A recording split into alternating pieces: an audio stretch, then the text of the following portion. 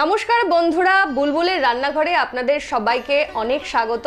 আজ নতুন একটি এপিসোড নিয়ে আমি আবারও উপস্থিত।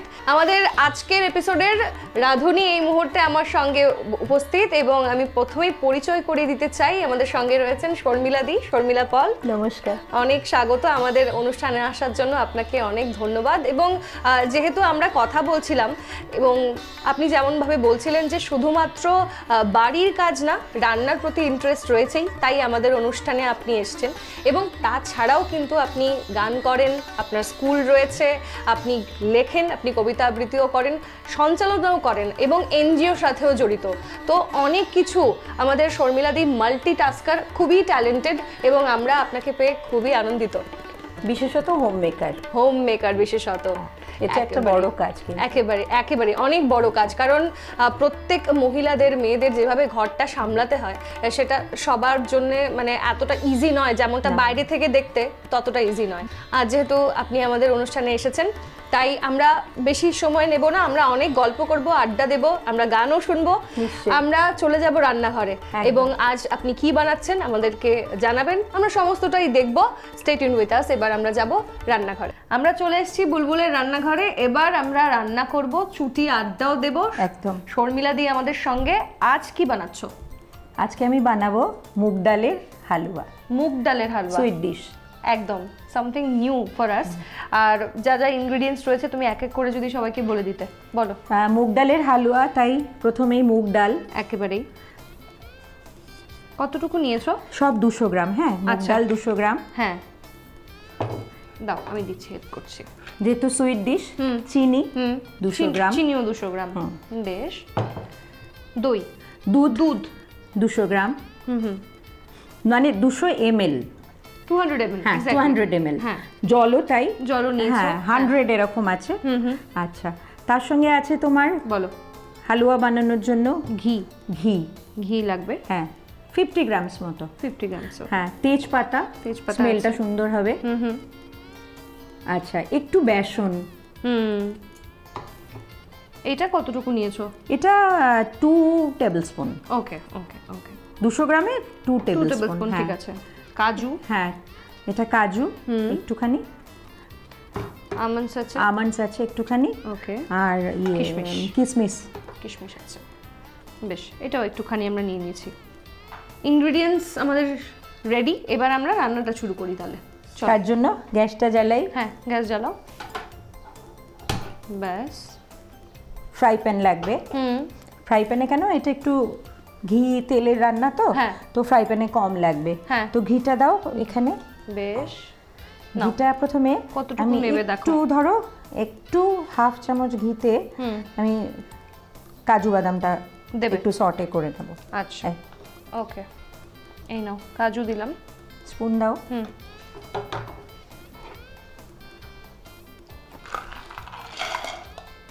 বেশ। কাজুটাকে প্রথমে আমরা ফ্রাই করব। হ্যাঁ, একটু হালকা করে, একটু হালকা ঘিতে। আঁচটা কম থাকবে। বেশ।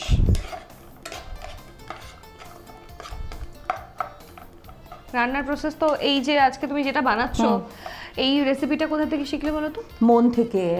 সুজি দিয়ে যে হালুয়া বানানো হয়, তখন এটা ভাবতে ভাবতে, আর এই যে ভারতীয় জলপান বা বিভিন্ন মিষ্টির দোকানে যে আমরা বিভিন্ন ধরনের হালুয়া খাই, ওটা থেকে, ওরা এইভাবেই বানায়। হ্যাঁ, মন থেকে যে কোনো ডালেরই হালুয়া হতে পারে। হ্যাঁ, বাহ বাহ। তাহলে যারা মানে আছে কেউ যারা শুধু মুগ ডালই প্রেফার করে বা কমপ্লিটলি ছোলার ডালের করতে পারে, হ্যাঁ, তারাও এই রেসিপিটা তোমরা ছোলার ডালের সঙ্গেও ট্রাই করতে পারো। ওকে ওকে। কাজুটা এইভাবে হালকা আছে, একটু নাড়াচাড়া করে নিই। আমি এক পাশ দিয়ে কাজু ভাজতে আমি এক পাশ থেকে আমন্ডটাও দিয়ে দিতে পারি, তাহলে আমাদের ঘিটাও কম যাবে শরীরে। একটু পুরোটা দেব? দিয়ে দাও, পুরোটা দিয়ে দাও। আমি ড্রাই ফ্রুটস যত খাওয়া যায় ভালোই লাগে, শরীরের জন্য ভালো। আর টেস্টিও হয়। তোমার জন্য তো খুব ভালো, তোমার স্কিনটা খুব সুন্দর, ওটা আরো সুন্দর হবে। ওকে, থ্যাংক ইউ। তুমিও দেখতে অনেক সুন্দর।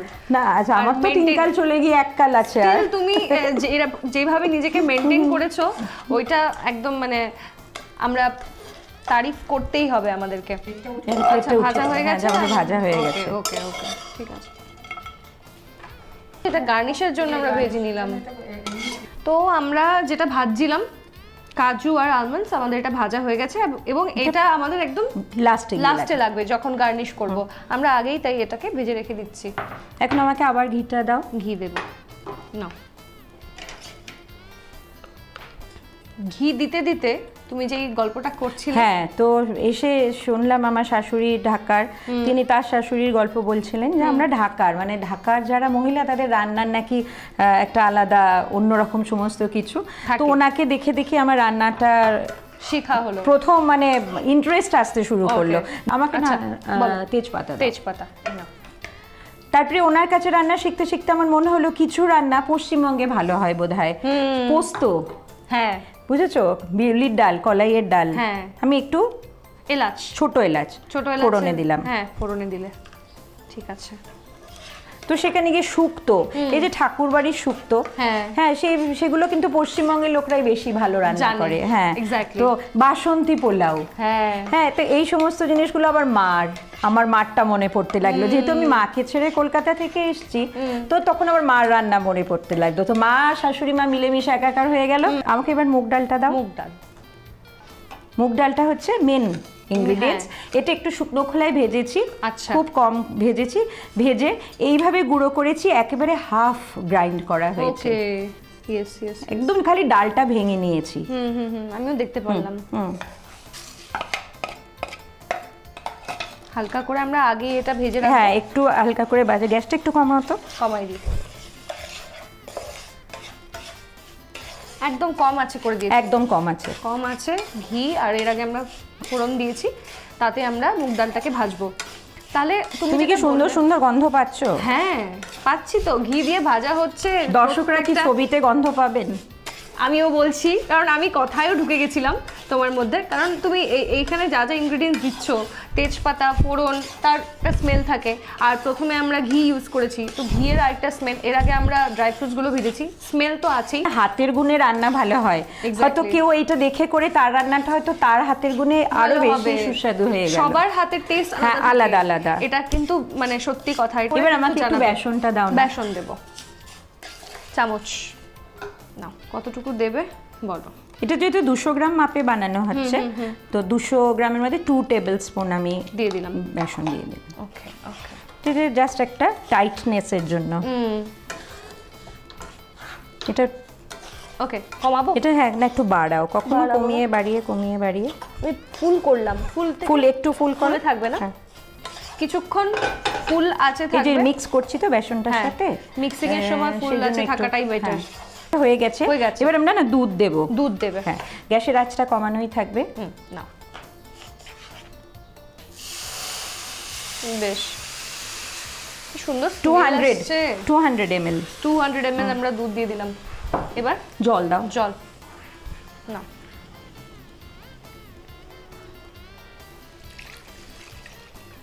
বাস জলটা না আরেকটু লাগবে না? ঠিক আছে, তুমি অ্যাড করতে পারো জাগের থেকে।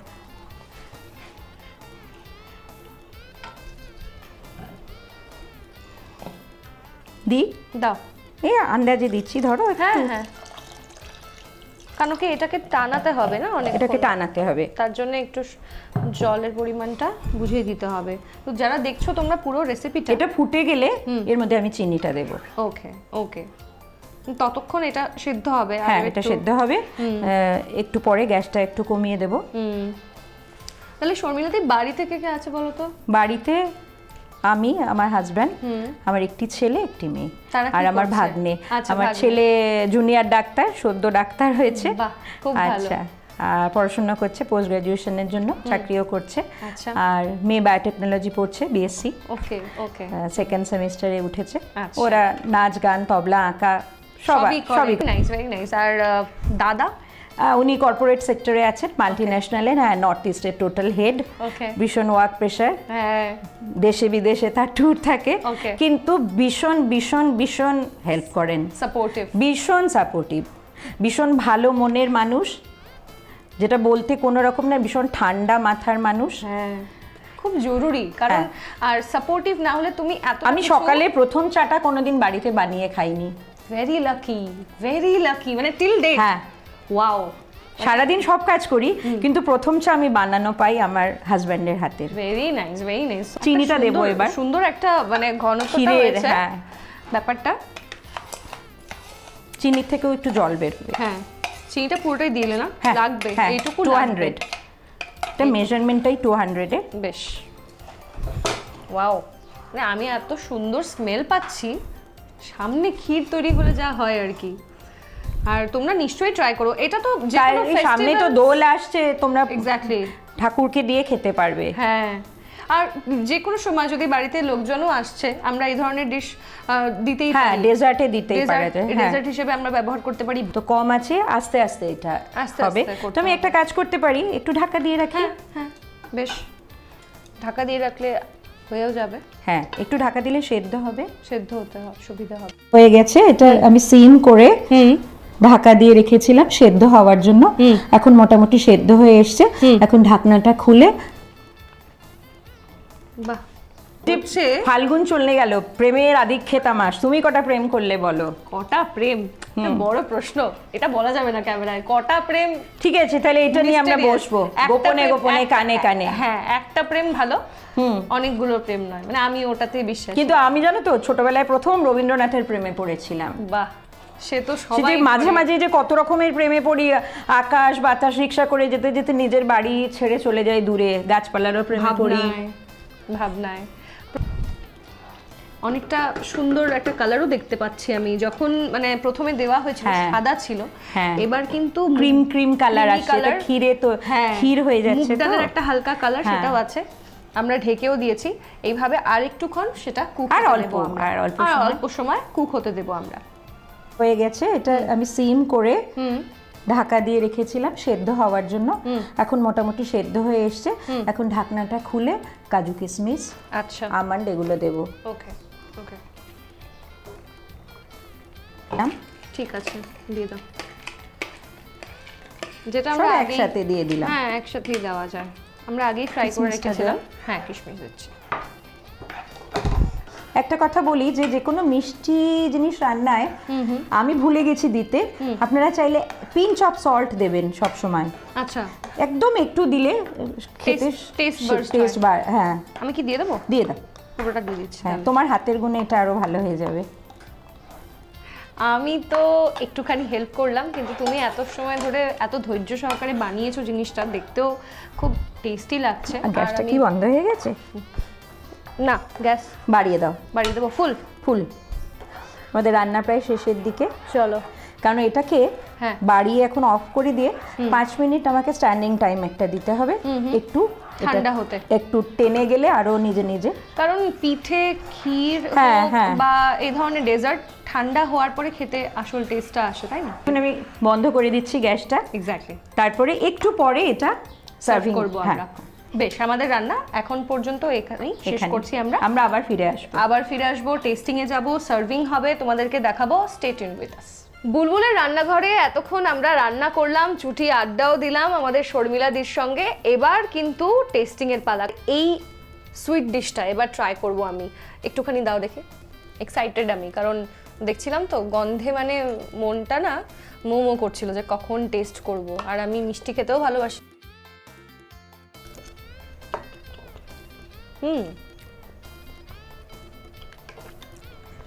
ভালো হয়েছে। ভালো লাগছে? ভালো হয়েছে, মানে আমি প্রথমবার খেলাম এরকম একটা ডিশ। মুগ ডালের এরকম কখনো আমি ক্ষীর বা পায়েস বলো, হালুয়া আমি খাইনি, আমার জন্য প্রথম। আর খেতেও ভালো হয়েছে, হেলদি। আপনারা মানে যারা বাচ্চারা, দুধ খাওয়া হয়ে গেল, অনেকক্ষণ পেটেও থাকবে, আর বয়স্ক সবাই খেয়ে ভালো লাগবে। আর আমার সত্যি ভালো লাগছে, আমি আরো একবার নিচ্ছি। তুমি একটুখানি টেস্ট করে বলো কেমন হয়েছে, তোমার কি রকম লাগলো? ঠিক আছে, ভালো। আমরা তো স্যাটিসফাইড, তোমরা স্যাটিসফাইড কি না বাড়িতে ট্রাই করবে, ট্রাই করে আমাদের জানাবে। আর এবার হচ্ছে আমাদের তরফ থেকে তোমাকে থ্যাঙ্কস গিভিং এর পালা, কারণ প্রত্যেক রাঁধুনিরা নিজেদের সময় দেয়, নিজেদের সমস্ত কাজের মধ্যে দিয়েও আমাদের এপিসোডে আসে, আমাদের অনুষ্ঠানে আসে।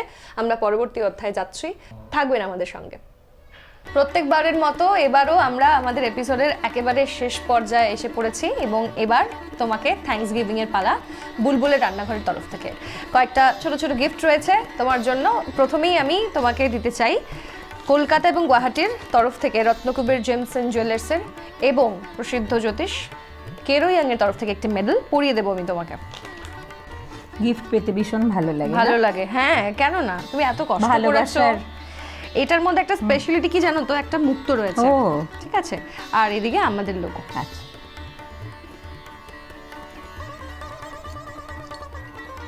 Thank you. এটা হচ্ছে তোমার জন্য এবং তারপর একটি কফি মাগ,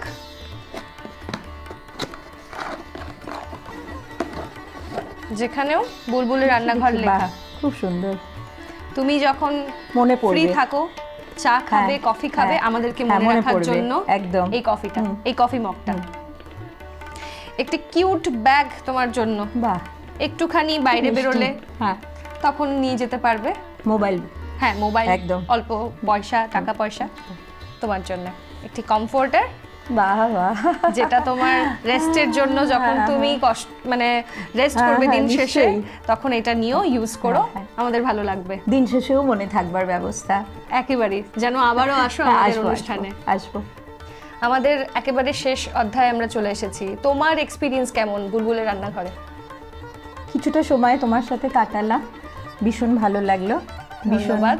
হ্যাঁ, হাসি মজায় আড্ডায় কাটলো, সেই সঙ্গে রান্নাও হলো। যদি আবার ডাকো আবার আসবো সারাদিন।